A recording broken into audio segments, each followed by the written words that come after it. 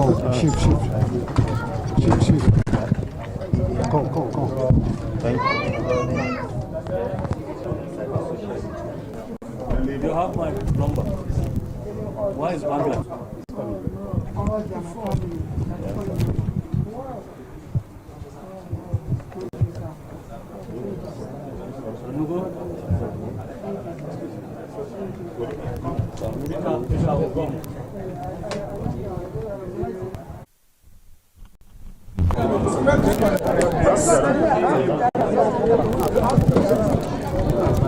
Let me thank the hospital management led by Prof here for what they are doing. I thank the government of Kaduna State for what he said they are doing to support the victims. Their response is what it should be, and I urge everybody to get involved. So I believe the right things are being done as far as regards the hospital, what the hospital management is doing. I thank all the staffs of the hospital, thank the nurses, everybody that is helping from what I saw. This is about, I think, the 16th time, and we have our 16th time. Let me first appreciate the hard work and the effort of the military in helping us to secure the country. But then we should also re-examine and ask ourselves this fundamental question about this reoccurrence where we have 16 times and we have lost almost 500 people.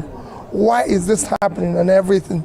And be able to see how, as a government in particular, we can support the military to ensure that these things don't happen again. It brings me into question. I always ask at times when I listen to the present, I think it's Chief of Defense Staff, who said that their regular allocations are not, budgetary allocations, are not released to them adequately. And then one questions, what is our priority? To release money for non-essential things like SUVs or renovations and everything, or to release money to secure ourselves? Because security, everybody knows, is very, very critical to our problem today. That will take our farmers back to farm, which will tackle our main inflationary item, food. If we secure the country, that's the only way we can attract the foreign investors we are looking for all over the world. So this is critical. So for me, we need to do more and make sure that we spend our resources in the critical areas where it will be. Even improving the health sector, like this hospital. Bringing them and treating them in the hospital is one thing. Do we have a sustainable foundation to see, especially the orphan children all through? I have somebody who lost 34 family members the trauma of that, especially these orphan children. We must all join hands because they are not our children, they are not our property. Everybody must join hands to see them through. I, in particular, know that if such a nation is set up, I will contribute to it as long as it exists. It is critical, it's important. We're talking about it. We're family. This thing that happened might have happened somewhere where we think we're not from, but we're all family. We're the same thing.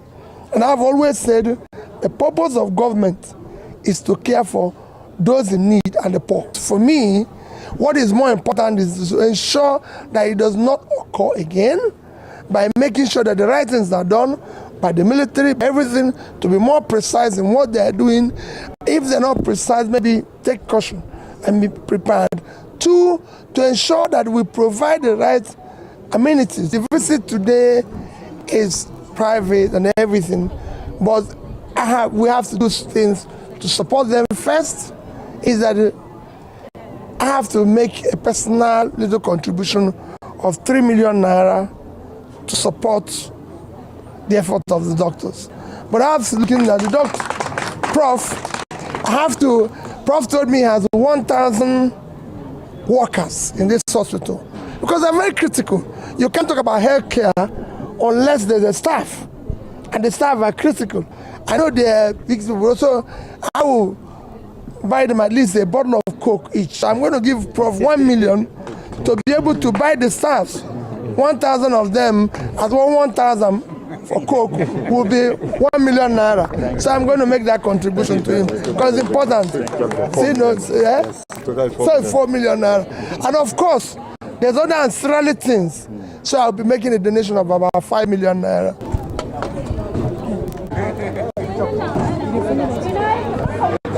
Moisa.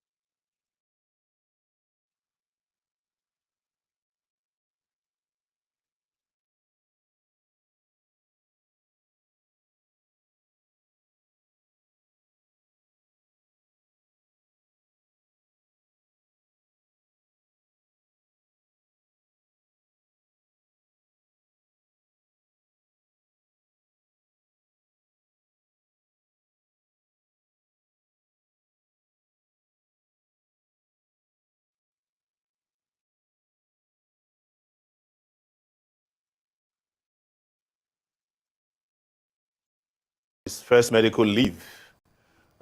Even though letters were transmitted to the state that he had returned back about 4 months ago, he never stepped foot on Ondo State. That is to say, it is reasonable to say that he has abdicated his role as the governor of the state a long time ago. And governance is not a joke. You just can't wake up one day and say that, well, I don't want to go to work, I'm a ghost worker, and I'm on leave, and you never went back to office, and then you go back on another leave. You know, this is just a really, really horrible story that we're hearing from our beloved state. And where it becomes then very difficult is that I heard you now saying that he's going to transmit another letter to Ondo State so that his deputy can act in his capacity as a governor. The question you should ask is, where are they going to get the signature to write a letter to the Ondo State House of Assembly? And as I speak with you, just a few seconds before I got into the studio, I was told that the Ondo State House of Assembly has been meeting all day long, waiting for his son to provide the letter that was supposed to transmit to the House of Assembly, allowing his governor to, the deputy to start as an acting governor, and they can't even find his son. So this is how terrible governance has become in this country, and in particular in our state, that the destiny of an entire state of over 5 million people, and I'm talking about a state that's bigger than several West African countries in population, or some countries around the world, left in the hands of a family to be tossing them around the way it is. And I'm very ashamed that I should say this, that I'm ashamed that those young people, or I don't know if they are old, in the Ondo State House of Assembly, who are waiting for his son to bring another forged letter to them, saying that he's going on leave when he has not resumed from the first medical leave. So this is something that is unacceptable. This is something that is ridiculous. And I don't know why anybody would accept this, especially considering that we've been through this before at the highest levels of government. Don't let us forget that there was a president in this country, Umaru Yar'Adua, who was brain dead for 5 months. 5 months. And he was running this country by proxy until the people rose up and said enough is enough. And today, we are repeating the same thing in Ondo State. And interestingly, Akeredolu was the chairman of, or the president of the Nigerian Bar Association at that time. He said clearly that what Yar'Adua was doing was not only illegal, but immoral, and asked him to resign at that time. And now it's his turn. He wants to go to his grave with Ondo State governorship, which is impossible. So I don't know why anybody will accept this. And Ondo State, for that matter, you know, this is the same Ondo State that people always brag about, that they don't accept nonsense. Now nonsense has become the governor of Ondo State. And this is completely unacceptable. And my position is not determined by the fact that I'm from the state. I would do the same for any state in the country or the country itself, because we've done this before for Nigeria and resolved the issue of, at that time, with the doctrine of necessity. And eventually the vice president became the acting president, and eventually the president of the country. So I just want to make that very clear, that this is unacceptable, and it should not be acceptable to anybody. And I'm pointing my fingers at those people in Ondo State House of Assembly, that they're a disgrace to the states and Nigeria and lawmaking. Now, Mr. Sowore, like you rightly pointed out, you know, what's happening is not new. We've had that, you know, with the late President Yar'Adua. We also saw something similar, you know, happen in Taraba State with the late Governor Dambaba Suntai. So how do we prevent this kind of scenarios going forward? Do we need more laws, or is it implementation of the existing laws, you know, that we need to do more? I mean, there are laws already, yes, there are laws already that are meant to address this after Yar'Adua died. But, you know, this is always what I say about Nigeria, you know. You can make laws, and in a country that is lawless, laws would never work until you have people who believe in the rule of law. And sometimes the rule of law do not happen except people rise up and enforce the rule of law. That's what happened in the case of Yar'Adua. We had to rise up all over this country, men and women. And don't forget, during Yar'Adua's time, while we were rising up, there were people who were benefiting from it. There were pastors, imams in this country who went and saw Yar'Adua and said that he's doing very well. There were newspapers, media houses who were saying that, oh, they saw Yar'Adua climbing hills and he was running on treadmills. There was a newspaper that carried a ridiculous story at that time. Now we understand that you'll be having a resume or resign meeting in Akure on Saturday. Can you tell us more about it? We understand there's some sort of controversy over the use of a hall and that you'll be suing the DG of Akure. What more can you tell us? Well, let me first and foremost say, accept your apologies. Never interrupt a presidential candidate just to take a governor in a press conference. We're all equal before the constitution of whatever the constitution of this country is. So, but regarding Ondo, we are going on Saturday to have a town hall meeting to discuss the situation of the state. The situation of the state is not just about the governor alone. It is about the abandonment of governance in the state. I must tell you that for the last 13 years, the southern part of Ondo State has not had a flicker of electricity, 13 years. And that's something that's important to us. They are increasing school fees in the state, just across the country. And we now have in our hands a situation in which the Ondo State governor has abandoned his duties. So we want to concretely address that. We're not satisfied, and I mean this, that they have to run to Abuja to come and take a decision on behalf of the people of Ondo State. The president of Nigeria is not the governor of Ondo State. He cannot tell the people of Ondo State what to do. And that's what I was saying before I got interrupted, that even for those in the House of Assembly who are not doing their duties as they should, we would encourage the people of Ondo State to start recalling them. They don't know what they are elected to do. And maybe it's because they were not elected anyway. Most of them were selected in these kangaroo elections that has bedeviled Nigeria over the years. So we will go ahead and have that meeting. We learned at the SSS, went to the palace of the DG of Akure to force him to cancel the hall. And they wrote a very demeaning letter yesterday to me saying that I deceived them with the use of the hall. I've never deceived anybody. I paid with from my own personal account a day before a deposit of 100,000. So nobody can claim that they don't know my name in Nigeria. And I called them. I spoke with the guy who signed the press release, one Michael, that I want to speak with the KBC himself to see if he can attend our town hall meeting. And they wrote to me that they have cancelled it because of the DSS. But we are going ahead. We are going ahead in the same location, the hall, and have a town hall meeting on that day. And we have now expanded this to include every town and city in Ondo State. The only thing that can avert that town hall meeting and protest on that day is if they do what is right. And it's very simple. Just hand over power to the deputy. I don't know the deputy. I don't want to know who the deputy is. Just like I didn't know Jonathan when I was fighting against the Yaradua cabal, and I don't know him till today. I've never met Jonathan before in person, but we all fought for him. And we expect that what is right will be done in Ondo State and by the people of Ondo State and for the people of Ondo State. We deserve to have governance. You cannot go and add our governor to that of your state and tell us that it's all right. And now we can't even find members of the family be forging signatures, engaging in criminal activities, and this must be addressed urgently. So that is our position regarding Saturday, which is December 16th. We will meet in Akure, and there's going to be a lot of meetings in other places across the state. In fact, we've been informed that some people are willing to hold a protest in Abuja in front of the Ondo State liaison office. So this will spread very quickly. So, and I know that we know them, but we are not new to this. This used to happen to us under military rule as well, where we will book halls and the DSS will invade the place, or they will force their owners to close down the hall. But we'll still go ahead and do what we have to do. It's more than necessary now, and it's too late, and we can't be intimidated anyways. They know those who are involved. Well, finally, before I let you go, and I'd like you to answer in less than a minute, whenever issues like this happen, we always witness the mysterious cabal, that we've been hearing about, but that has never been identified, at play. So I'm wondering what we can do to reform our political system so as to weaken the hold of these cabals and strengthen democracy. Very briefly, please.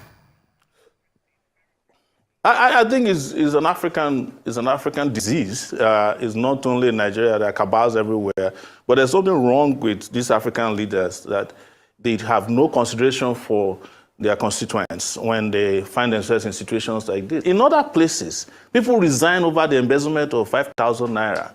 There was a guy in Chicago, governor of Illinois, who went to jail not because he did anything wrong yet, but because he was discussing on the phone that he wants to sell, former President Obama's senatorial position to some people. Just the negotiation sent him to jail. So we are here, we have a governor who is not at work, he's incapacitated, and his children, his son, his children, his wife are forging signatures.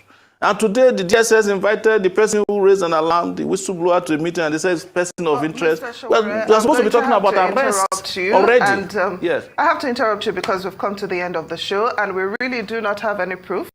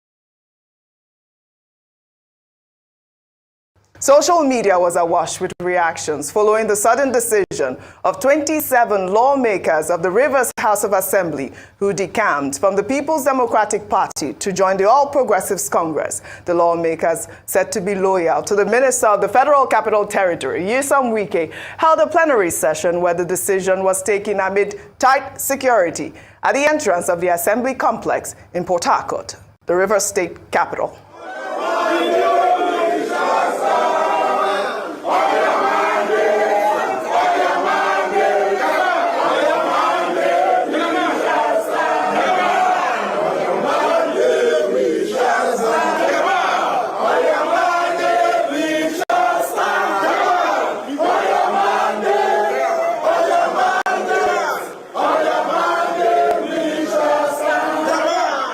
Well, I told you this is Wike's new song. I told you it was On Your Monday, Bola, and now Jagabano. That video that we played last week showed us that Wike is in charge of the new song, while the defection of the lawmakers, according to reports, is said to be connected to the rift between the governor of Rivers State, Fubara, and Wike over control of the political structure in the state, while users on social media reacting to the lawmakers' defection pulled up an old video where Wike condemned defectors in political parties. Everybody will have to be careful. You give somebody an umbrella, the next day he defects.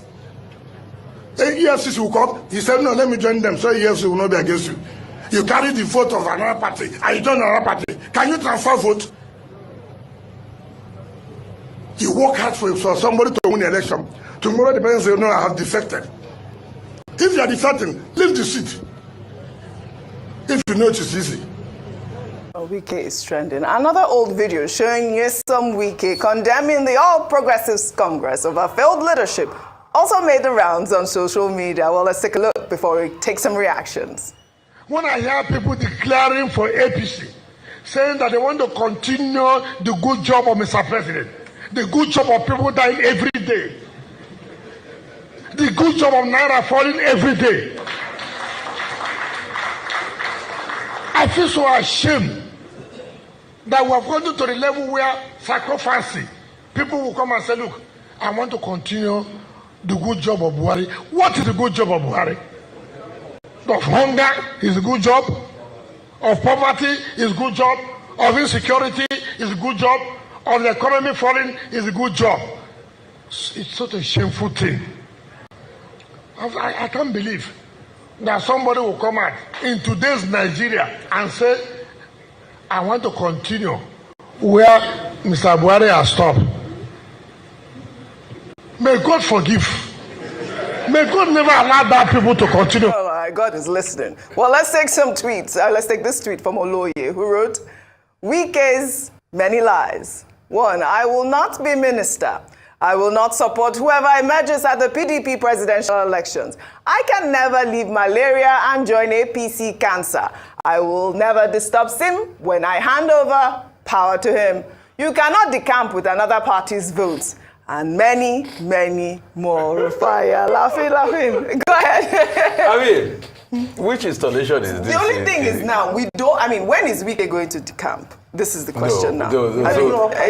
You don't know what party PDP. Okay. At this rate, he has done more than possible that you already know is with the APC. Yeah. Okay. I mean, there was a man that worked against his party. Yeah. When he was governor of the state, the party couldn't hold a rally, presidential rally in his state. Yeah. So how else would you want? But, he likes to be very, amorphous or mercurial is the word, So he's a member of the PDP, but serving in an APC government. He said APC, he claimed he would never have anything because it's cancer. Yeah.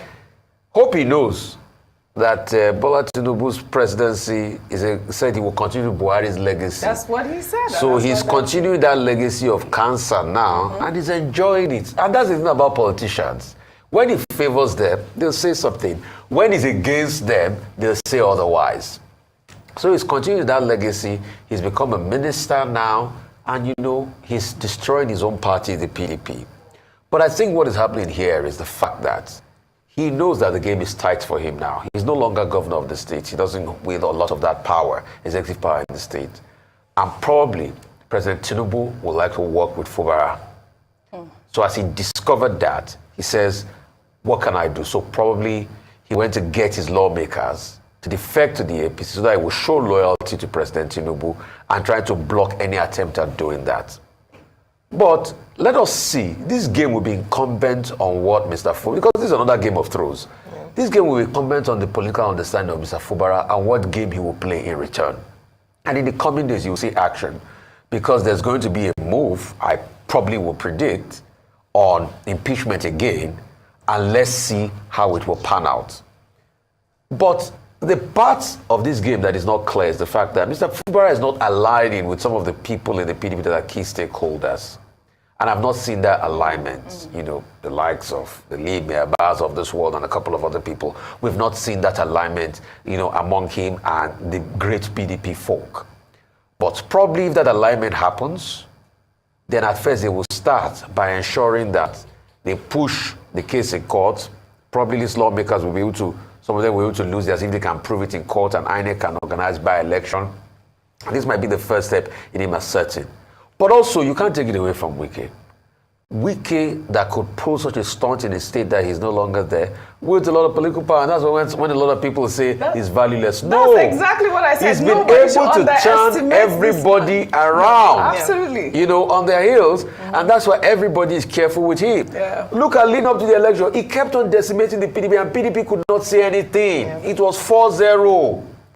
That's how the PDP came out to say that, oh, Wike and his cohort of 5 governors will not do anything. But they disturbed the chances of the PDP. You can't take that away. Yeah. So let's see the political gravitas at which Fubara is going to fight. But Fubara is in a big cul-de-sac. Another scenario I'd like to posit will be endgame scenario, where Fubara will likely come out to tell us why the EFCC was chasing him when he was governor, when he was part of the Wike cabinet. What does he have to do? But I pretty much doubt that Fubara will go to that extent, because in that case, everybody will go down. Absolutely. So I pretty much doubt that scenario. But they will fight back. I've started to take polls online of who will win this Wike and Fubara fight. A lot of people. Are you doing that? Oh, yes. So okay. I started yesterday night. This is Game of Thrones. So that's based on my Twitter, about 74% is saying Fubara will win. Okay. 23% is saying Wike. But based on my deep understanding of politics, maybe if they would teach Fubara how to fight Wike, Wike has a better grasp of this. Well, all right. He's played this game before with Amechi, and he knows he has a better grasp, and he has the arsenal of money. But Fubara might spring a surprise. But it's a fight for survival. It's just like your motor park garage fight. If Fubara wins this fight, he's the new king in town. That's right. It's like the slum king that is currently showing on TV fights. All right. Ayo, right now, you know, the PDP is calling for fresh elections in Rivers State, saying that the 27 seats have become vacant. Really quickly, so I must say that I'm quite disappointed at the PDP's response. Very weak, very tempered.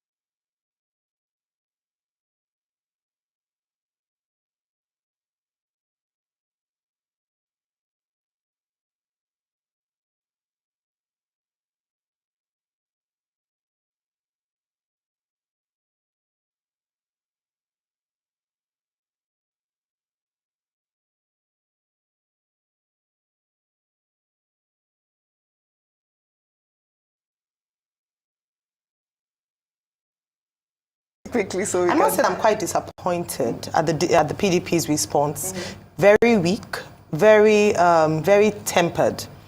what we had mentioned, I believe that this is even beyond the Wike Fubara fight. I think it's Wike presenting an open challenge to the PDP, which he has consistently done since the G5, creation of G5, and his direct opposition of his own party.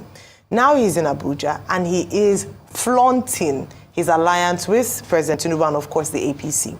And so the response from Mr. Debo Ologunagba, one of the spokespersons of the PDP, is quite interesting. Why? So the big question, what has Mr. Onyeson Wike got on PDP that has made them cower? In fact, what I believe this action has done is to expose the weakness of the PDP. And so it begs the question as to, are they still the main opposition party? Has that power shifted from them to other parties like the Labour Party, NNPP, and the likes? And then what is going on in PDP? Is it still standing as a party? So I believe that these actions, with the PDP's response that's almost next to just accepting, former Governor Wike's atrocity, in their own anti-party activities again and again. And the more he does it, the worse it becomes. 27 lawmakers in one day. It's not just an affront to PDP in the River State. It's an affront to PDP as a whole across Nigeria. Now, the lawyers earlier on explained the position of them, saying that it was vacant. Section 109, subsection 1G. We've quoted that a number of times of the 1999 Constitution about the fact that if you defect from a party, you vacate that seat. But there's a clause which Rufai had brought out, which is that if the party is said to be divisive, or there's division in the party, then they might have a case to answer. So let's see how that would play out in court. The saga continues. Oh, yeah, well, all right, we'll take another story.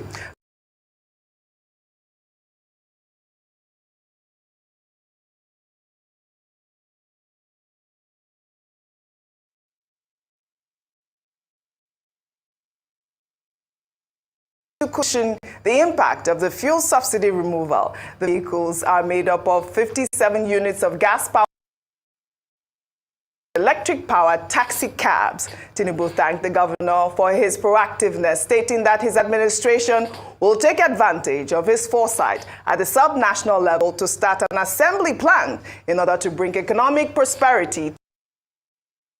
Amazing. I always praise Babagana Zulum. I mean, he's doing so well. Yes. And when they do well, we praise them. Yes. Well, despite the recent setback of the bombing incident in Kaduna State, the Nigerian military has remained relentless in its quest to hunt and eliminate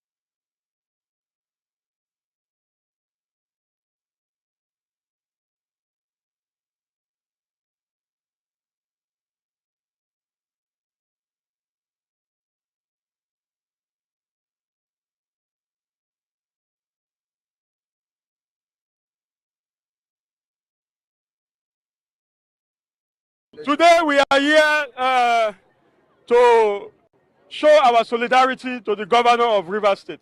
Yes. My name is Dr. Legbosin Yamabana. I'm the President General of Ogoni Youth Federation. Together with me is the chairman of the Joy Youth Council, Eastern Zone. Together with leadership from the 7 local government areas that makes up River Southeast Senatorial District. That is the senatorial district of the governor. And we are here in solidarity in our numbers to jointly say that we are standing by the governor. Yes. So jointly say that the mandate that has been freely given to the governor cannot be usurped. To jointly say that we are not just coming here for the coming sake, but we are here to ensure that no detractor distracts the governor from implementing his promises to Rivers people. The simple promise agenda of the governor must be allowed to be implemented. Yes. We are also here in one accord to say that if there is no SIM, there will be no Rivers State. Yes, in these next 4 years. Yes. We are here to say no to any unholy and unscrupulous plan to unlawfully impeach the governor. Yes. We say that cannot work. Of course. After this time, we shall go and occupy the Rivers State House of Assembly. Yes. We are also here to send a message. To all the members of Assembly that has defected from the People's Democratic Party. We are telling them that in line with Section 109 of the Nigerian Constitution, their seats are vacant. Yes. And we are hereby calling on the Right Honorable Speaker, Right Honorable Eddie Neye, to immediately declare those seats vacant. We are also calling on the acting party chairman in Rivers State, acting PDP party chairman, to immediately rescue himself by declaring those seats also vacant. Yes. Because we, the Rivers youths, we are peaceful and we are following the Constitution of the Federal Republic. We will continue to demand our rights. And our right is the one we have given to the governor, for him to say peacefully and rule the state to the betterment of all and sundry. And we are here in one accord. Thank you very much, and God bless you. Let me put record straight today. 35 or 37 members of House of Assembly can never be bigger than the governor, can never be bigger than Rivers people. In 2020, in 2015, 2019, we paid with our life to protect the interests of the former governor of Rivers State. We know what happened in Rivers State. I was stood firm to support the former governor. My name is Samuel Tonyekpoko, the chairman of IYC in Rivers State. We have supported all of our brothers to produce Rivers State, to produce governor of Rivers State. We expect in return that they to support the jobs in Rivers State. Similarly, Fubara has excess integrity to govern Rivers State. He has been tested and trusted. He is not a questionable character. Some few persons cannot sit in their covenant and decide the fate of Rivers people. This is the first election youth came together irrespective of political party to give massive votes to this particular governor of Rivers State. It breaks our hearts that because of petty sentiments, some few persons want to decide the fate of Rivers people. We say no. We say no to illegal impeachment. No to illegal intimidation. No to barbaric impeachment. The impeachment is null and void from today. For as of the party member that defended another party, we have the law to checkmate them. Let the law take its full course. We want to appeal to the conscience of the former governor of Rivers State. We are not waging war on anybody. These are the same youth that stood by him, that protected his vote with their body, their lives, and everything. We are appealing to him to shift the sword. Because the wrath of the youth is if this matter is not being resolved, the youth will occupy Rivers State. We control these states. We have taken our life, we have taken our destiny to our hand to say we don't want SIM to be disturbed in Rivers State. So that tomorrow, SIM will not come and give us excuse. He just took over power. Let SIM not give us excuse. SIM should be allowed to govern Rivers State for 8 years. It is unnegotiable. Yes. 8 years is sacrosanct. Yes. Constitutionally, after 8 years, there's a tradition in Rivers State that after 8 years, you take a bow and go. The former governor served for 8 years, no inch. He has taken a bow and leave. Let SIM govern for 8 years and take a bow and leave. We are here to tell the governor too that the same people we are mentioning, the same people we are hearing and they became powerful when they were in Brick House. Honorable Siminalayi Fubara, the governor of Rivers State, was strongly behind you. You are the governor of Rivers State. No man can play God on this earth. Power belongs to God. No man can play God. It is seasonal. It is SIM turn to govern Rivers State. Let SIM govern Rivers State and give us dividends of democracy. So that SIM, for all the promises he made to us, so that he will have that privilege to give us those promises. The youth are saying, No SIM, No network. no SIM. No Rivers State. Every assembly member that are defected under party, we move a motion that your seats should be declared vacant. Not so we talk. Not so we talk. Thank you very much. Own house. On behalf of the Governor of Rivers State, Sir Simle Fubara, GSSRS, I want to honestly plead that you should not be angry by his absence here today. He would have loved nothing other than to come here and address you in person. But unfortunately, due to other exigencies, other commitment he has, he is not readily available here to address you. I can assure you there's nothing he would have loved than to come here today and to share this wonderful moment with you, your presence, your solidarity, your support with him. Please, that is not here should not be seen for any reason. That is not here, is there with you in spirit. He has asked me to come here and address you, to come here and felicitate with you people that have come to say that he is the governor. He wants to hear to say clearly that the support that the youth has continued to give to him, he will not take for granted. You have been with him all along, and up till now, you are still with him. He has asked me to ask you that you should continue in that stride. Your commitment to his administration, your support to him should not be wavering. His administration is dedicated to ensuring that the development of Rivers State is carried on from the level we have now into another level. So whatever it is that relates to the interests of the youth, anything that relates to the interests of the youth also touches him. He will not take the interests of the youth for granted. He will not take the interests of Rivers State for granted. The development of Rivers State is paramount in his agenda. For whatever is happening now, by the special grace of God and by your collective support, peace will be restored. Peace will be restored, and his leadership will come to pass, and his leadership will deliver the dividends of democracy. All the requests you have made here, all your petitions here, be rest assured, once he is available, I will table those petitions to him. He will look at them, and probably I will also enjoin him. I'm sure by the time he is available, he will call few of your leaders here into a private meeting where you will discuss with him. I want to thank all of you, especially a peaceful disposition. This morning you've been here, you came in company of security agencies, meaning that your movement this morning was legally organized.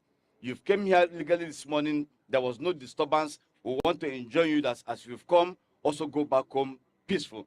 When he comes back and when he's available, he will definitely liaise with some of your leaders and see you and continue this discussion. I want to thank you and pray that God will bless each and every one of us as we go back home. Thank you and God bless all of you.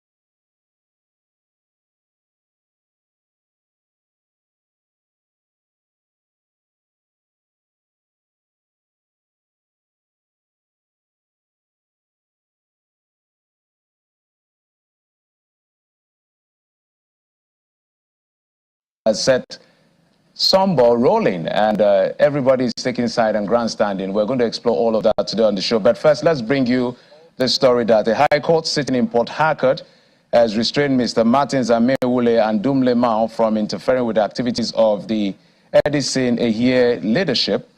The ex-parte order, which was issued by Justice Monima Danagogo in Port Harcourt, the River State capital, warned against the use of thugs and police officers to forcefully gain access into the premises of the House of Assembly. The judge further restrained the defendants and their agents from disrupting and interfering with the exercise of their duties. However, in their reaction, the Rivers APC caretaker chairman, Mr. Antonio Kocha, disagreed with the judgment, accusing the judge of bias and threatening to report the judge to the NJC.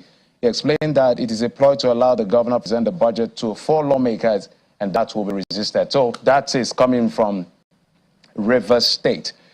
We'll continue to follow up and see how things play out. We've been joined now on the program by the PDP National Publicity Secretary, Mr. Debo Ologunagba, who will be weighing in on the issue. We've been trying to get the PDP side of this conversation. Mr. Ologunagba, thank you so much for coming on the program. Thank you very much, Jeffrey, for having me. Good evening. Because it's been a hard one to get your side to speak, apart from the statement that you released yesterday. So just a quick 30 seconds overview before I jump into some things I want to find out from you. What do you make of what's going on in your party in River State? Thank you very much. I think I need to make a correction to the effect that it's been a long while to hear from us. The statement that we issued yesterday is actually a statement from us, and it's from us. That's hearing from us. To set the record straight as it is, and the fact that, yes, those 27 former lawmakers who defected to the All Progressive Congress have vacated their seat, and by the provision of Section 1091G specifically, they have lost their seat, and they are no longer members of the Rivers State House of Assembly. That was clearly stated. And so to say it is long in coming, I don't know how long you want it to be, but of course there was a statement yesterday that clearly stated our position as a party. And of course other things will begin to flow arising from that. All right, that point is noted. We're talking about coming literally live on air for us to have the conversation, but that's besides the issue. Now, the PDP struggled and failed to, in some people's view, to unite before and after the election. These things have actually festered into what is considered this mass defection. And still, besides declaring their seats vacant, I mean the people that have now moved to the APC, what other potent thing is the PDP prepared to do to make a stand against what has happened? Yeah, okay, I think some of these things, we shouldn't lose the fact about how politics should be played. And the fact that there must be integrity in politics. And when we get to a point where people begin to disregard the will of the people, that should give us a cause for concern. Now, we are a party of law and order and of constitution. We rely on our own constitution and, of course, the Nigerian constitution, the 1999 Constitution of the Federal Republic of Nigeria, as amended. Now, Section 1091G stated clearly that in the event that a member of a House of Assembly defects to another party, he automatically loses his seat. And this has been tested in the court. In 2015, the Supreme Court clarified this. In the case of Ifedayo, Abigunde, and Ondo State House of Assembly, and others, it was clearly stated that once you defect, provided there's no division or faction in your party, then you lose that seat. In March 2022, in the Cross River State case, Justice Taiwo made it very clear, and this is what is sobering. He says in one of the statements in the judgment that he hopes that one day it will be the issue that as soon as you leave the platform that you sought election, Because under our laws, there are no independent candidates. You can only be a member of a House of Assembly or other elected position in the legislature when you are sponsored by a political party. PDP sponsored the former lawmakers in Rivers State, 27 of them, and haven't left that. Mr. Logo, if I may button, so that we can pack in as much as possible. The premise of their defection, they said it time and again. We listened to the Martins Amewulu faction saying, look, there is a disagreement over who the national secretary of your party is. They accused the governor of abuse of power, intimidation. They reeled out all kinds of, a couple of accusations as a reason for the division in the party, because there's a proviso, even in section 1091G, beneath that says that there's a division in the party. That could be a premise to leave the party. So they cited the fact that there's a clear division in your... Hold on, just a minute, Mr. Deborah. The fact, I started by saying that, look, before the election, there were issues in your party. After the election, there were still issues in your party. And they are basing this uniquely to themselves in terms of what's going on at the national level. They cited the national secretary. You may be able to clear that. And of course, what is going on within the party in Rivers State as a basis, which there's a proviso for within 1091G for them to excuse themselves within the party. Well, I thank you, Jeffrey. But again, like I said, when people want to be mischievous, they can hide under anything. But the good thing is that the Constitution is so clear.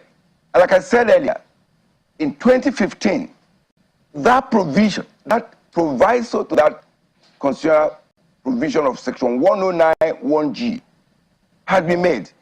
And the proviso is when there is a faction or division in the party. Now, PDP is one. PDP has one chairman. PDP has one national working committee. How they come about and saying that there's a division in the party, I don't know. But again, I'm sure by now, I know by now that the 27 members will have known that this is actually a futility, that they've lost their position. The Supreme Court had ruled, and it is clear. In any event, our party has taken action. And we're taking actions relating to that so that that declaration of their seat being vacant will be permanent. There are series of actions that will be taken. But it is completely fraudulent. It is completely irresponsible for them to say there's a division in the party. Yes, as a political party, just like any other human organization, we have challenges because politics is about interest, about individual, depending from cultural, from personal views. But in a party, you come together and try to reconcile that. That we're doing. The fact that there are no noise in other political parties does not mean they don't have issues that they can talk about. We know we accepted that, but we're working on that, and it's a work in progress where you have human interests involved. But it's completely fraudulent. Sorry, I can finish. Can I finish? That it is completely fraudulent. It is untrue. But the good part of it is the fact that the Supreme Court had ruled on that. The court in Cross River State in March 2022 echoed that. And we'll see how this goes. But we do know that no crisis in our party, no division in the party, no faction in the party. The PDP is one, and they have gone on a voyage that they know by now, they know it was the wrong move to make, irrespective of what the constitution might be. Mr. Logo, I wanted to bring to your notice that even in section 109, if you look at subsection 2, given the arithmetic of what is going on, 27 as against 4, at the end of the day, the input of the speaker is required for some of these declaring seat vacant is necessary. And now there's a division. They have greater majority in terms of numbers, and these other people are 4. And so if the speaker has to be involved according to section 109 subsection 2 of the Constitution, what magic is meant to happen next for the seat to be declared vacant? It's not an issue of magic. But I'm talking about what the Constitution says. A court order. Absolutely, and I'm trying to respond to that.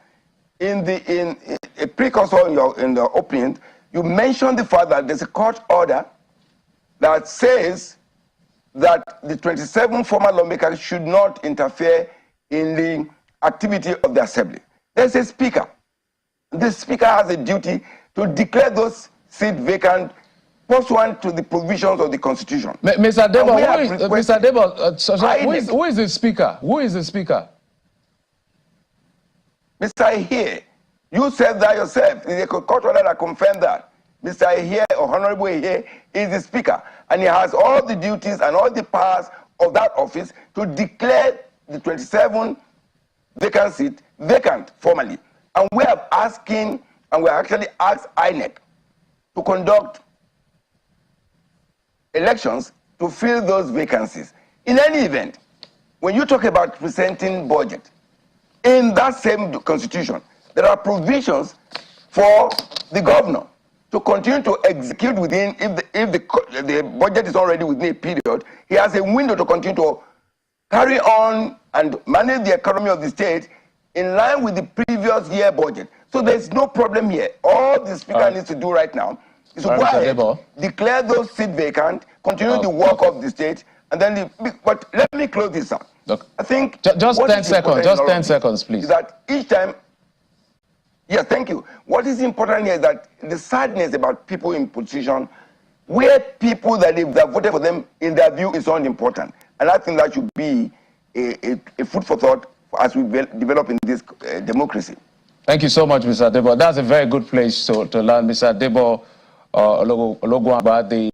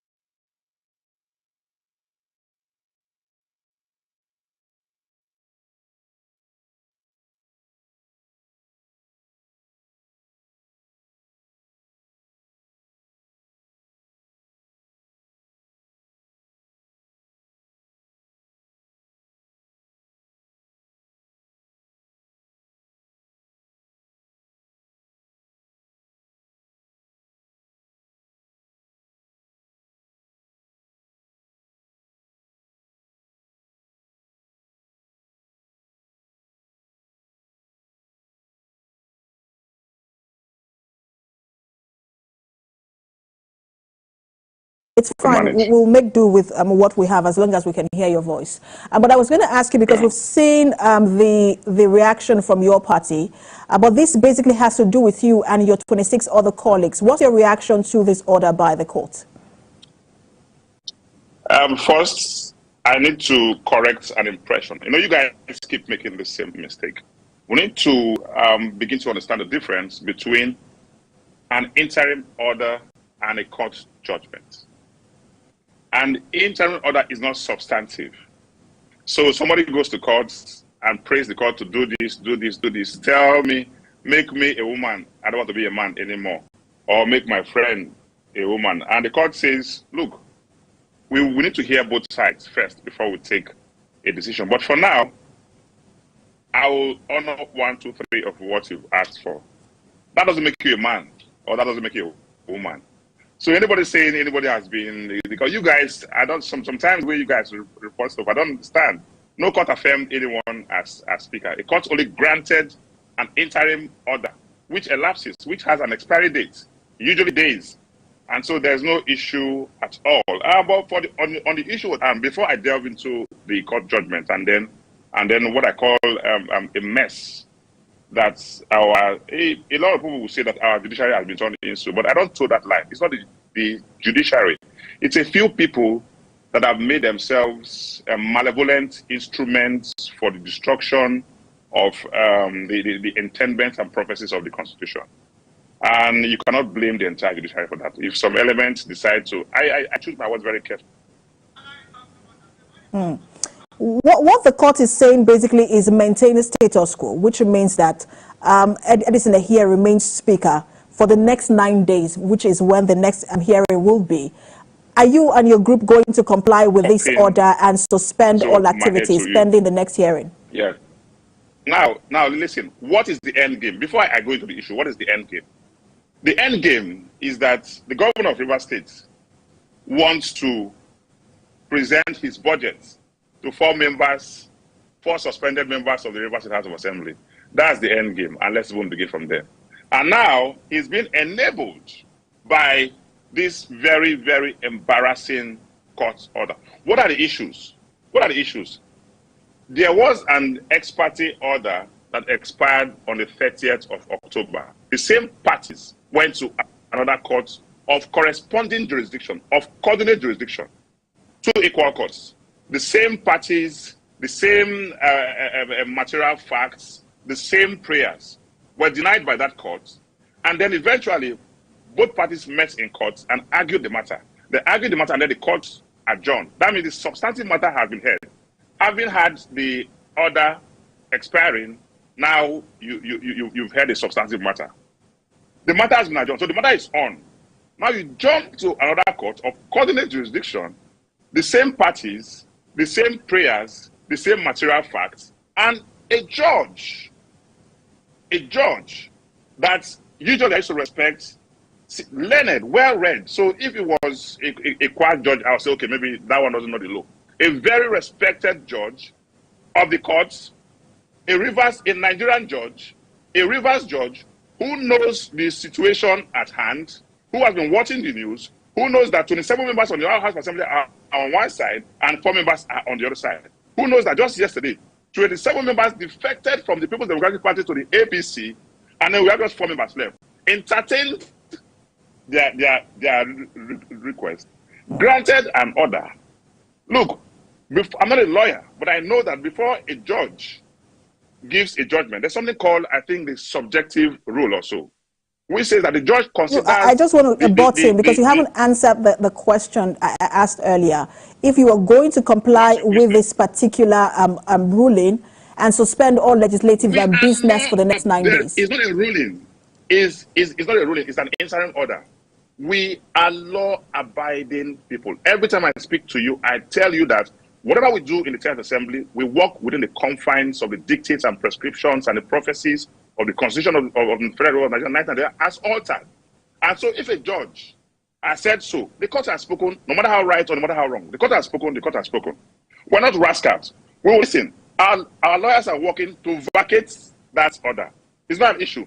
We are exploring our options. Section 153, subsection 1 of the 1999 Constitution as altered has given us the option that we would have needed.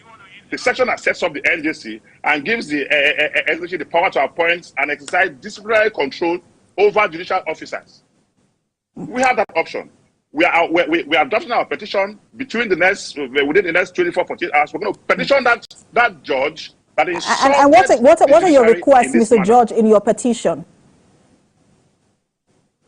You like breaking news a lot, so wait for this breaking news. That judge must be penalized as prescribed by the Constitution in section 153, subsection 1, that establishes the National Judicial Council. We'll do our part. We're not calling with anybody. In fact, I'm excited because I want to see that glorious day that the governor will present his budget to a 4-member suspended assembly members that all of Nigerians should know today that are 4. There was this argument before. Is it not? Today we know that they are just 4. I want to see that day. In fact, my Mr. Speaker, Matt Amewule called me this evening, and he was laughing and laughing. I said, you are laughing at a very important issue. He said that what options does he have? He has never seen this kind of thing in his life. And before I knew it, I started laughing too. So it is an insult on the collective sensibilities of Nigerians. An insult on the judiciary. People should stop blaming judiciary for everything. No. There are corrupt elements in the judiciary that are giving them the bad name. And it is time that we begin to question the character of such people. They must begin to face the justice.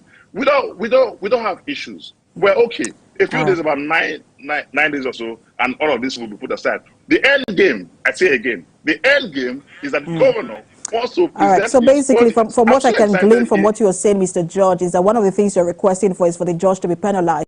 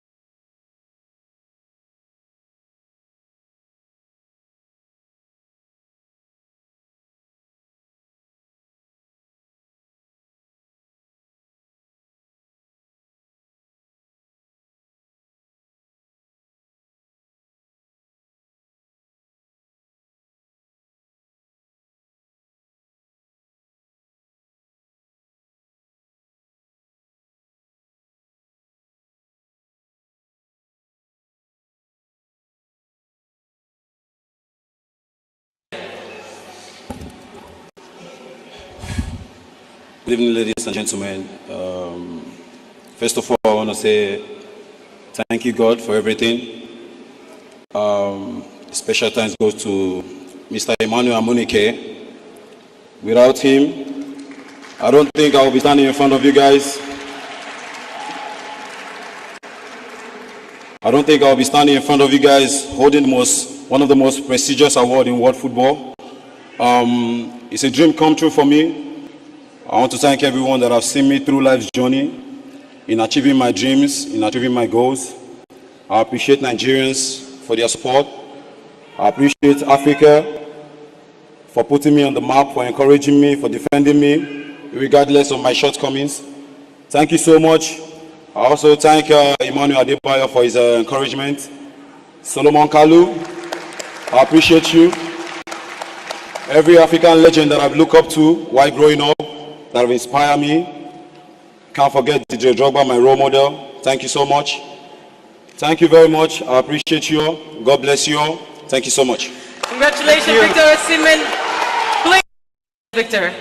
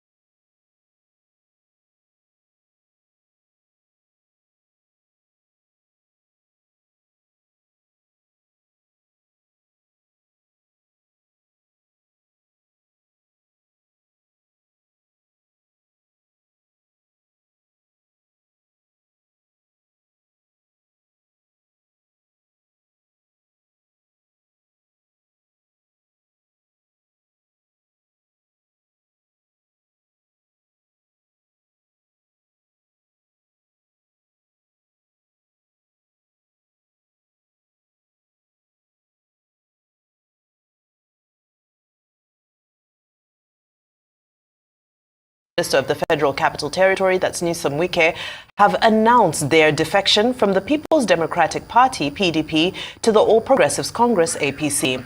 Now, the lawmakers loyal to Wike, the immediate past governor of Rivers State, announced their defection on the floor of the House during a sitting on Monday. Our rights correspondent Andy Omanu is standing by to give us an update on the political crisis in the state. Good afternoon, Andy. A very warm welcome to Newsday.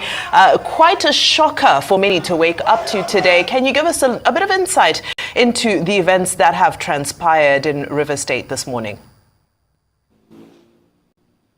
Oh, thank you so much. Good afternoon.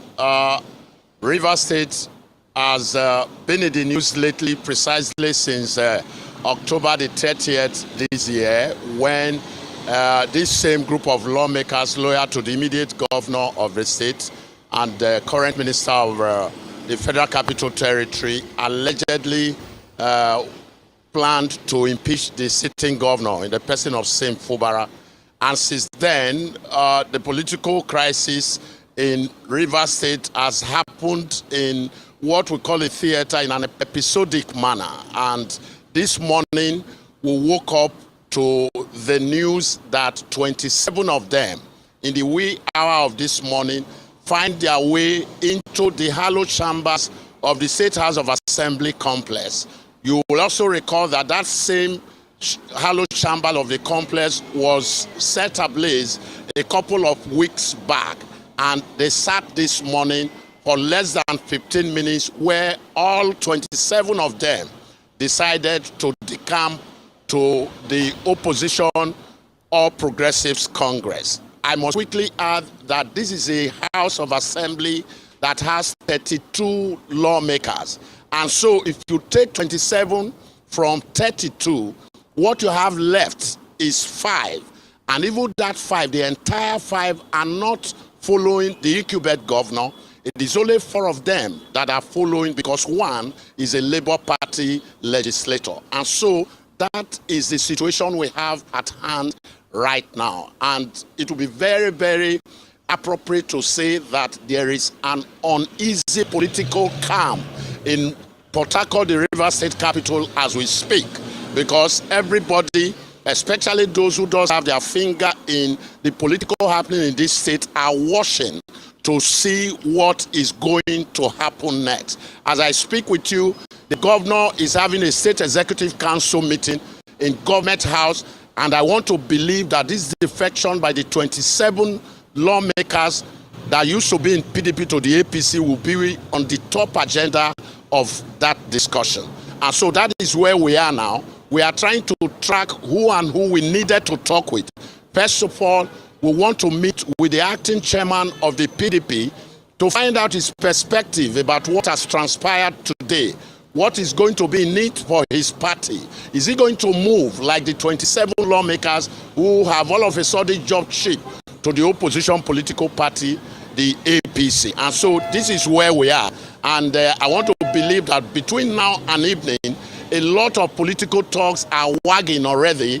A lot of permutations are on. People are saying a lot is going to happen between now and weekend.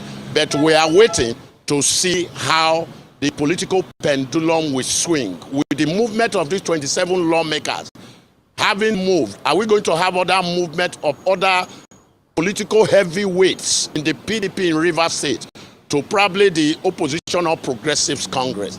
The days ahead will surely let us know that. Over. Indeed. Thank you so much, Andy. Now, you did mention that the governor is currently in a meeting. Of course, it might have plenty to do with this defection. But do you get a sense that he's currently uneasy based on this? Because we did have, I believe it was the Commissioner for Information last week, saying that he was unperturbed with what was going on in the state. Do you think he's starting to feel the heat as a result of this? Okay, thank you so much. For me, I would want to say that, yes, even if the governor has been unperturbed about the political situation in the state, what has happened today is likely going to give him some deep introspection. He needs to do that, because if you have a 32 legislators in the House of Assembly where you are the governor. Remember, there are three arms of governor: the executive, the judiciary, and the legislature. And if 27 of the lawmakers have moved to the opposition political party, it's just likely that they have something politically up their sleeve. And I don't think the governor should still be unperturbed at this stage that we have gotten to in the political development of Rivers State. He must be conscious of what he wants to do, because if he has not killed his lions before now, I think this is a time to do it, because the lawmakers those who have moved today seems not to be backing down, because people are already very worried that how come that there is a court injunction saying no lawmaker should move into the hallowed chambers of the State House of Assembly to conduct any proceeding. We've had it. Today's zone makes it the second or the third time that this group of legislators have had an easy access into the hallowed chambers of the House of Assembly complex. And so I want to believe that the governor should, I don't want to say he should wake up. The governor should be worried at this point now, because like they say in Nigeria politics, when situations are the way they are here and now, anything is very possible. But of course, they say when two elephants fight, it is the grass that suffers, because since this political crisis started, there's been no legislative business at all. Bills have not been passed, except one or two of them that were haphazardly passed, debated in the floor, and it was not by the entire House as it were. And so that is where we are. The governor, I want to believe, will want to start thinking of what to do next, even as the 27 opposition legislators are also plotting what they intend to do next in this political chess game. Right, Andy, I know we just have some very few moments remaining, but very quickly, of course, what everybody is thinking and not saying is the big I word, which is impeachment. Just giving your sense of what's happening on the ground, are there still any windows for Governor Fubara to escape this? Well, I think if I get you correctly, when political situations turn the way they are right now in any state, especially since the birth of this current republic, 1999, what many will be thinking about, even those who are political, is that there is going to be a likely impeachment. But nobody can put a finger on that right now. But if you ask me, that is what seems to be the position of one or two analysts who are monitoring developments here. But is that going to happen? Is that not going to happen? The next couple of days would give us answer to that question. But as we speak, like I mentioned in passing, there are already insinuations that other political heavyweights in the People's Democratic Party in Rivers State are likely also going to defect in the next couple of days. And we are just waiting to see what will happen. Is there going to be a likely impeachment? It is possible. It is not possible. It is possible if these lawmakers, 27 of them, decide to run the entire political hog. It is not possible if the governor on his part is able to throw what I refer to as political carrot and political carrot to these lawmakers who are bent on running the way they want to run in order to have a full control of what is going on politically in Rivers State. All right, correspondent Andy Manu live from Rivers State capital, Port Harcourt. Thank you so much for your update and analysis. We appreciate your time here on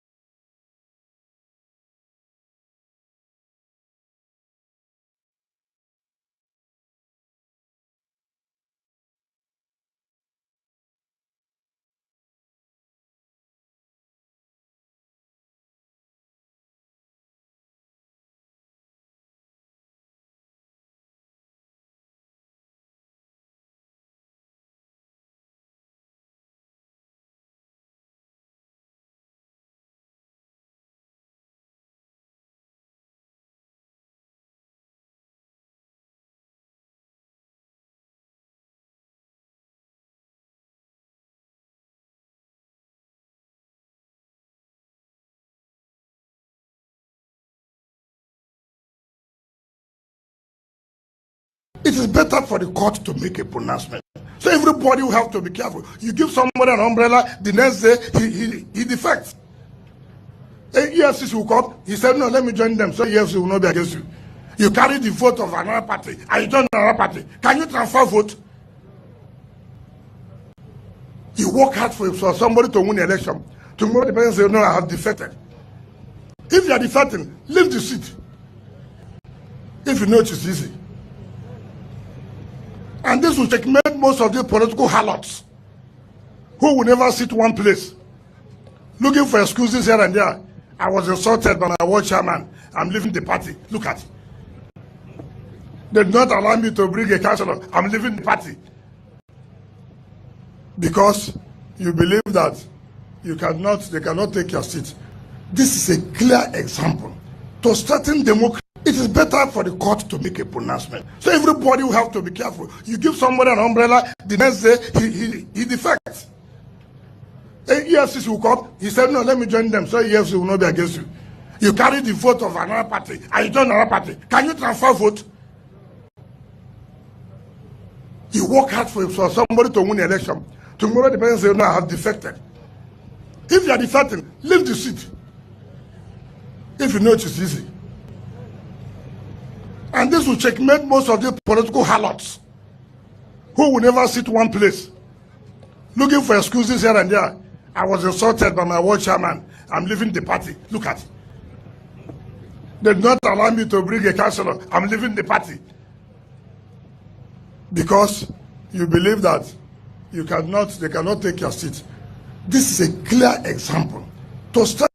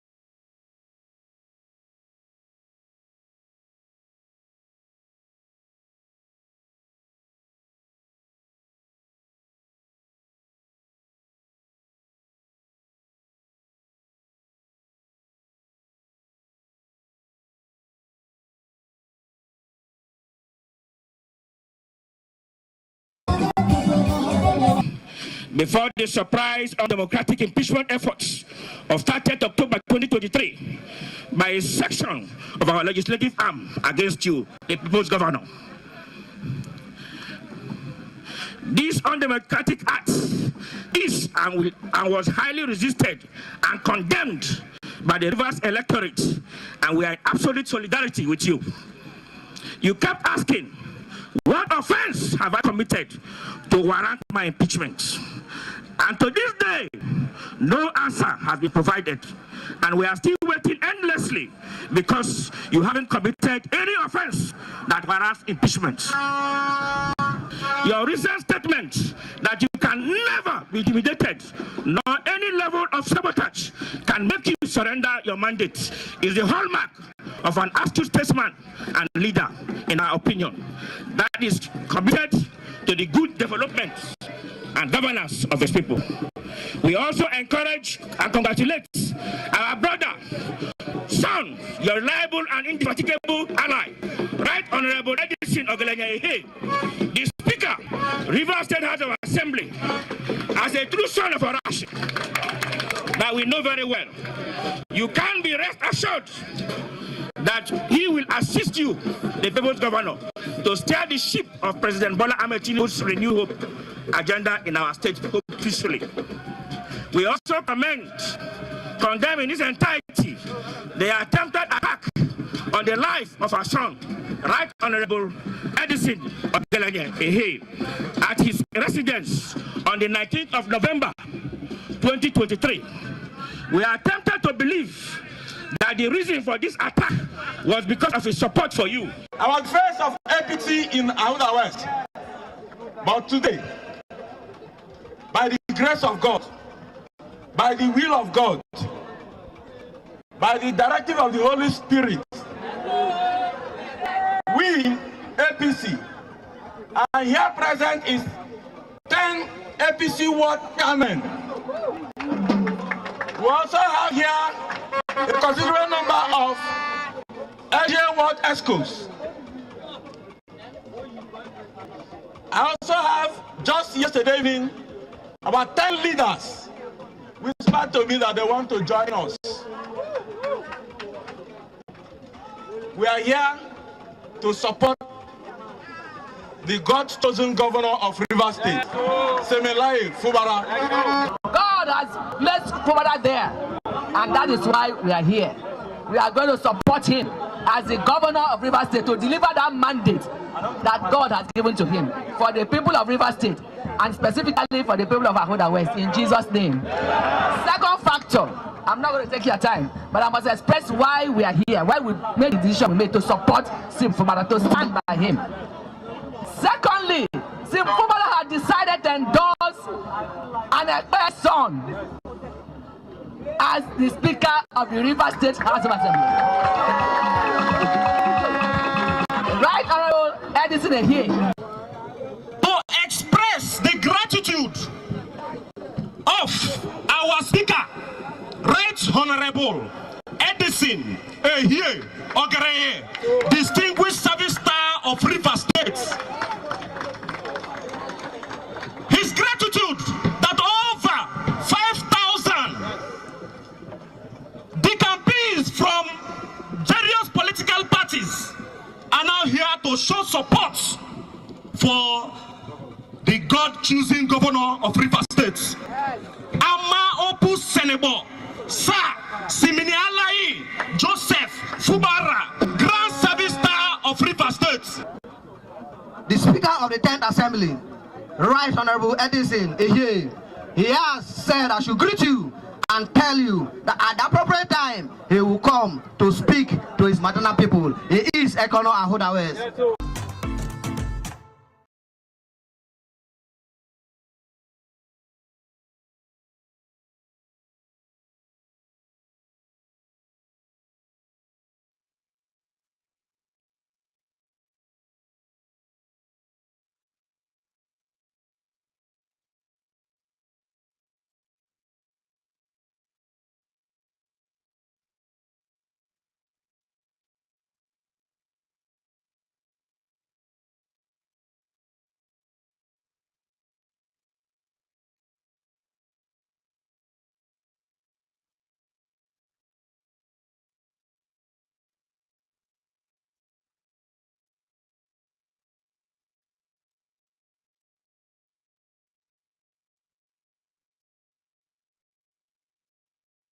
All right, so let me start by asking, how did you receive today's defection of 27 out of the 32 lawmakers in the River State House of Assembly, dumping the PDP for the APC?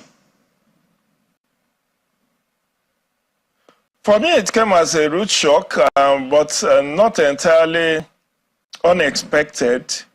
Why it was shocking was because I thought with the president's intervention some weeks back, the two warring factions will have sheathed their sword and allow peace to reign. But as one of the earlier commentators said on ground in Port Harcourt, the fact that APC last week or thereabouts dissolved its River State State Working Committee was a prelude to what we saw today, in which case they knew, they had it in the offing that these lawmakers were going to come.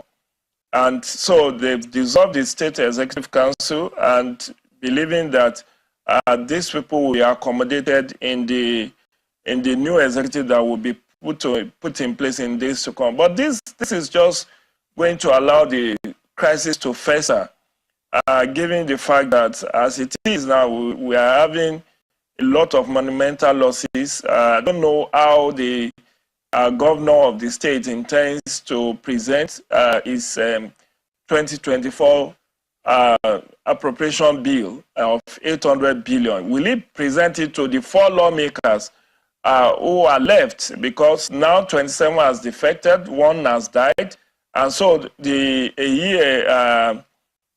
faction has only 4 lawmakers with them. So will it be proper, and can you say lawmakers, 4 lawmakers can legislate for the state out of 32? So that's the conundrum. And for those who are saying the seats have been declared vacant, it's only the Speaker of the State House of Assembly, according to Section 109, subsection 2 of the Constitution of the Federal Republic of Nigeria, 1999, as altered. It's only the state speaker, the State Assembly Speaker, that can write officially to INEC to declare those seats vacant. Will the Ehie faction, constituting just 4 people, be in a position to write the INEC chairman to declare these seats vacant? So it's thrown more questions than answers, but I think this is something that leaders of thought in Rivers State should mediate and allow sleeping dogs to lie. I mean, Nyesom Wike, the godfather of Rivers politics as of today, said the rift is as a result of the political structure that the governor wants to hijack. So if it takes the mediation of elders, both partisan and non-partisan elders of Rivers State, something should be done quickly before we start losing lives in Permit me to come in there. Of course, the River State, we know that the House of Assembly has a long history of political crisis, but some observers think this is coming in too early in the administration of Governor Siminalayi Fubara. Do you think so? Do you share this thought? Very well. I mean, there's no two-way about it. This is an administration that is barely 6 months old, and you are already in a crisis situation like this. So it portends ill wind that blows no good for an administration in its infancy to have this kind of political crisis on its plate. Like I said, it's going to impact on governance. Already, the arson that took place on the State House of Assembly will cost us billions of naira to fix. Recall that on the 30th of October, the dawn of 30th, the State House of Assembly was set on fire by unknown arsonists. So that is already an economic loss. And then you have scenario where there have been allegation of assassination attempt on the Ehie's group, the speaker of the four-member group. And we don't know what fallout will come in the days to come unless this is quickly checkmated. Then we now have the security agencies allegedly taking sides, and that is not good for the image of the Nigerian police. So the bottom line is that I will still make appeal to leaders of thought, both in APC and PDP, to quell this fire before it consumes lives. Yes, properties have been lost, time has been lost, but more importantly, it's impacting negatively on governance in the state. Oh, definitely. So it's too early in the day to have this kind of crisis on your hand. All right, Mr. Julio, geopolitical affairs analyst, we thank you for your thoughts on the news at 10.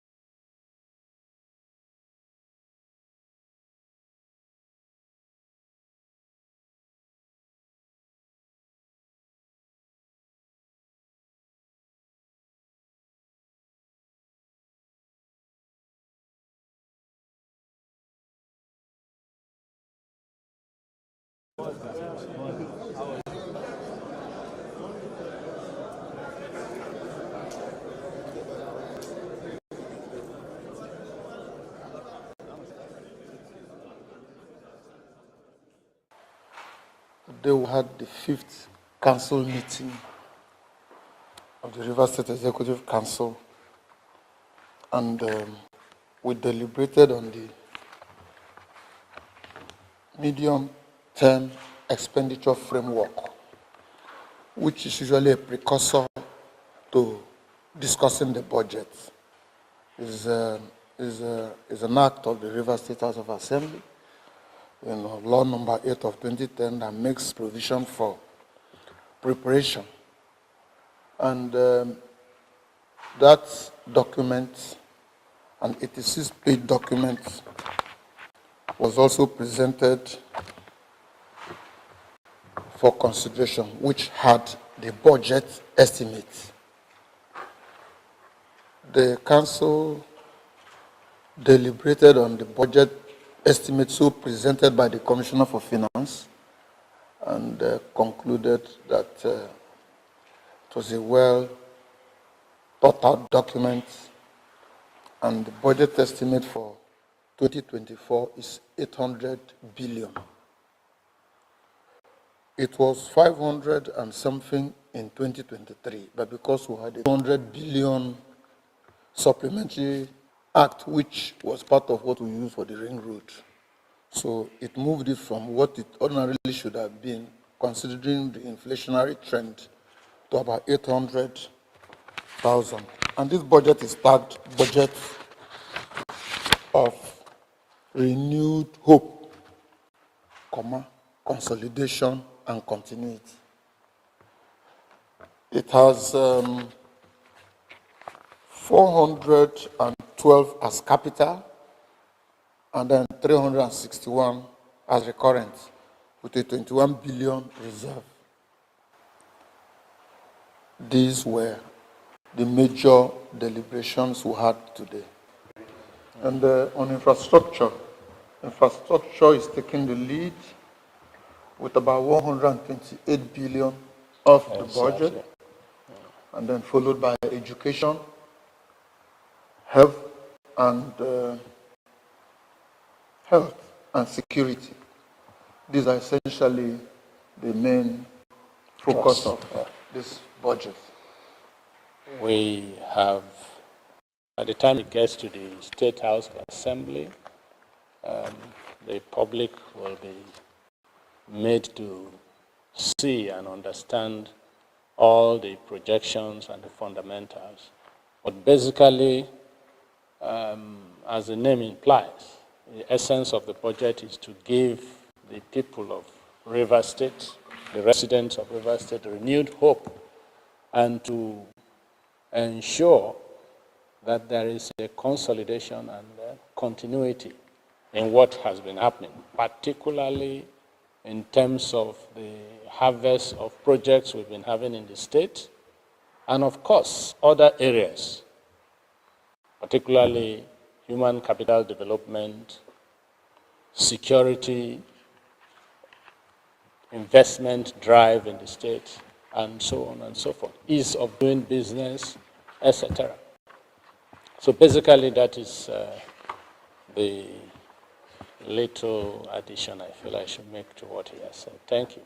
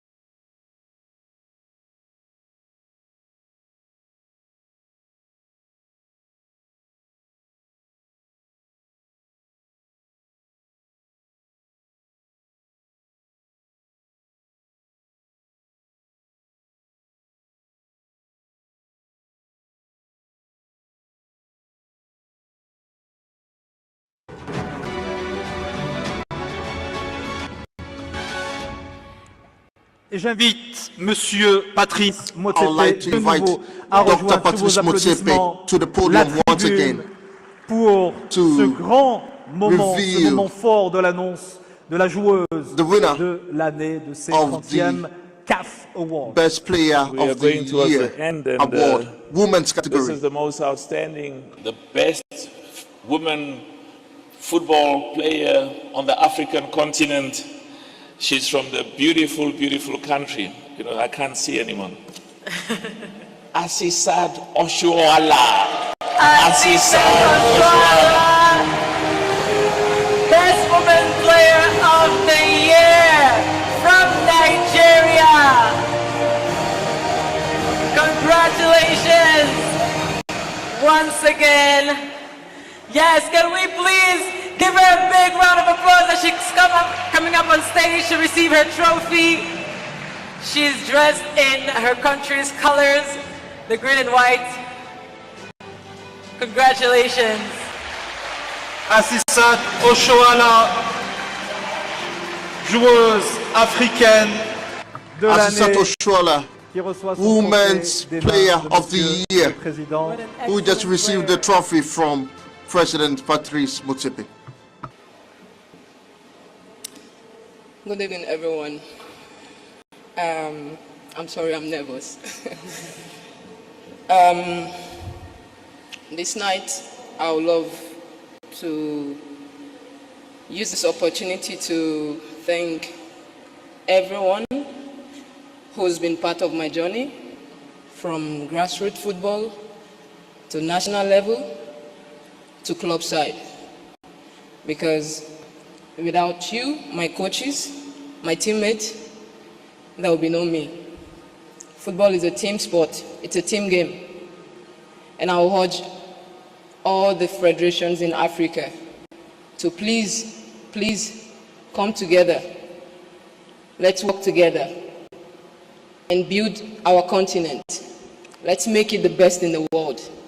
It is very, very possible. It happened the last World Cup, the Men's World Cup. We saw what happened. We shocked the world.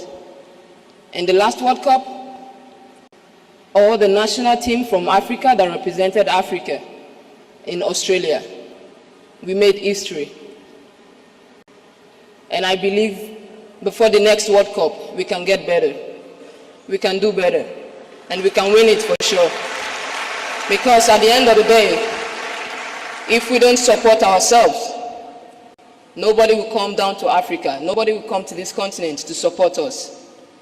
We have to work together as a team because football is a team sport. Let's start at home and go to the world and conquer it. Thank you very much, and God bless everyone.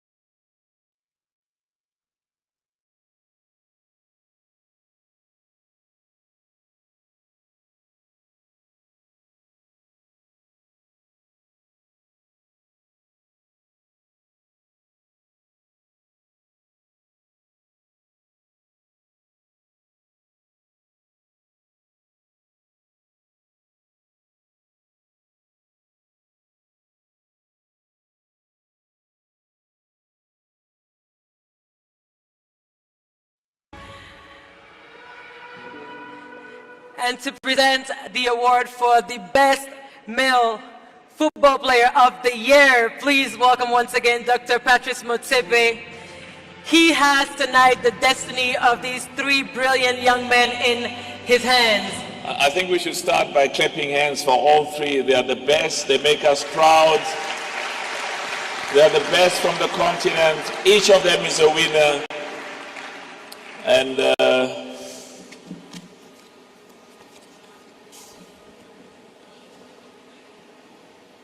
the player of the year for 2023, the most in terms of the votes that has been cast, is also from the beautiful country, Victor Osimhen.